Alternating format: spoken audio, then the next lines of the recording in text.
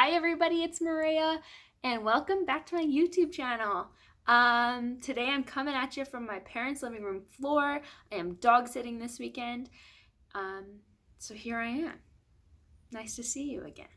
I'm really excited to make this video because I kind of want to talk about what I do and where I've been and why I'm a relationship self-love coach and what I hope to accomplish and share with you.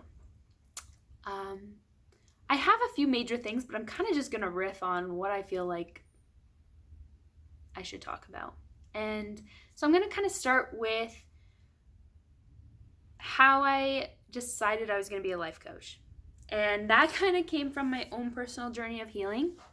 So about a year ago, my ex-boyfriend and I broke up. I was in that relationship for 6 years. I was very much struggling with finding myself outside of that relationship, finding my passions, finding my goals, finding what I wanted to do in my life, understanding who I was and loving myself for who I was, and not basing my worth on my relationship or on anybody else for that instance or anything. And what ended up happening was I met or reconnected with somebody that I had dated in the past. And when he came back into my life, all of those fears that I had before my long-term relationship had resurfaced. So things like my abandonment fears, my self-worth issues, my emotional unavailability, my insecurities, all of these things resurfaced. And I got extremely scared, extremely insecure, and was kind of just ready to give up on love, give up on anything that I wanted, to be honest. I was just kind of gonna go on with life. But when it all hit me hard. And I had nights where I was on my living room floor, bawling my eyes out, unsure of where I was supposed to be, what I was supposed to be doing. And I was in a lot of pain. It was very painful. It was not glorious whatsoever. I'm grateful for it now, and I feel very blessed to have the opportunity to grow from that situation. But it didn't feel good. That's for sure. So what ended up happening was I started reading a lot of books on psychology and self-help and spirituality.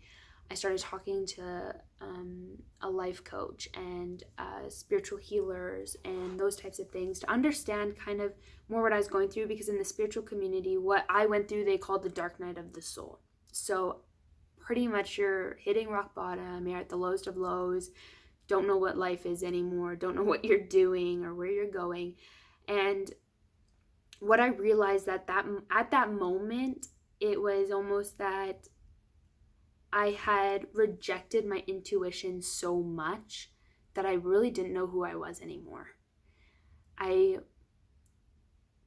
created this life of what I wanted, and I created this relationship that I thought is what I wanted, this career that I thought I wanted, but all based on things that I thought that I was meant to do, but not really what I wanted. So at that moment, hitting rock bottom enabled me to rebuild my my thought process and rebuild myself. And through that, I healed a lot of my fears and insecurities through meditation, affirmations, and a lot of reflection, painful reflection. And I'm talking like 2 p.m. on a freaking Tuesday, I'm in bed crying because I don't know what I'm doing. Or I have a realization that my father caused me to have abandonment wounds, and I get angry and I can't forgive him. But I've learned that healing these things, understanding where they stem from, and understanding that just because one person doesn't, we can't project that onto every person in our life. understanding that, like for me, for instance, with my dad and my abandonment issues, they do stem from him for sure. I have forgiven him now, and I do love him and understand he did the best that he could. But I took that vision or picture of what I thought love was from a male and then projected it onto every other male that I had in my life. Meaning that when I came across somebody that I liked or fell for, I instantly thought right away that they're going to leave me. They're not going to like me. They're going to leave, or they're going to love me and they're not going to be able to commit to me. And so I wasn't able to see those.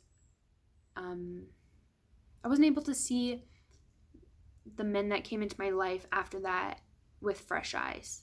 You know what I mean? Like I was constantly taking my relationship with my dad and projecting it onto every other relationship. So I did that. There was a lot of healing I had to do. So with my father, in terms of my mom, in terms of myself, and how I started believing certain things about myself. I revisited a lot of friendships that I had that caused me to lose faith in myself. And so I've been through this journey. It's not over. Like this journey is lifelong. Let me tell you, because the thoughts don't stop. You just become aware of them, and you start replacing them with different thoughts. But the thing is I became a coach because I want to help other people heal. I want to help people understand that their thoughts of insecurity and their thoughts of diminishing self-worth, or that those fears and triggers that come out through relationships and the expectations that they set on people they're in relationships with, are actually coming from a place of fear of not having control, or fear of them leaving, or them not loving them, or them so on and so on. And that's what I would like. That's what I am doing. That's what I love to do, is I want to help people understand that love is universal, and by understanding yourself and loving yourself in the truest form, you can also offer it to everybody else in your life.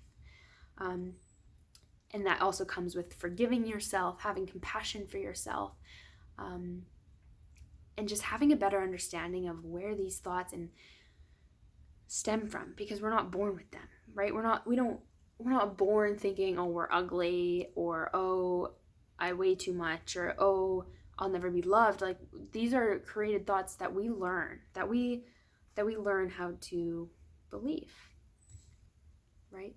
Repeated thoughts become beliefs. Yeah. And so I wanted to give you an idea of where I'm coming from and what I hope to accomplish.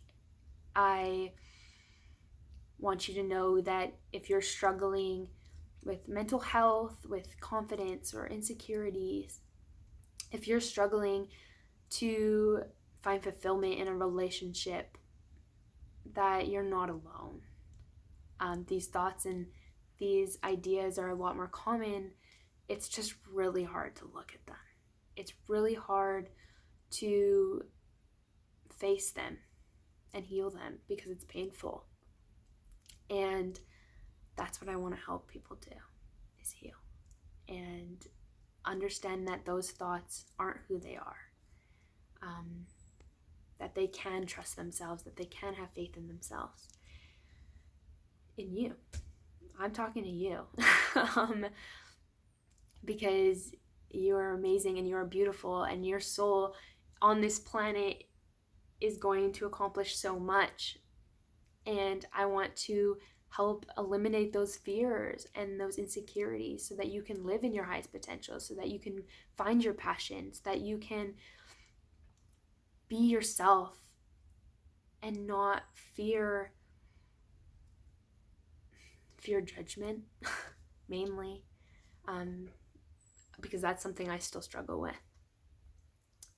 So, you know, hit me with a subscribe and a thumbs up. And please, like, if you have any topics that you want me to talk about, leave them in the comments below. I find it easier when I have context to kind of talk about these things, but I will continue to relate it back to me if need be.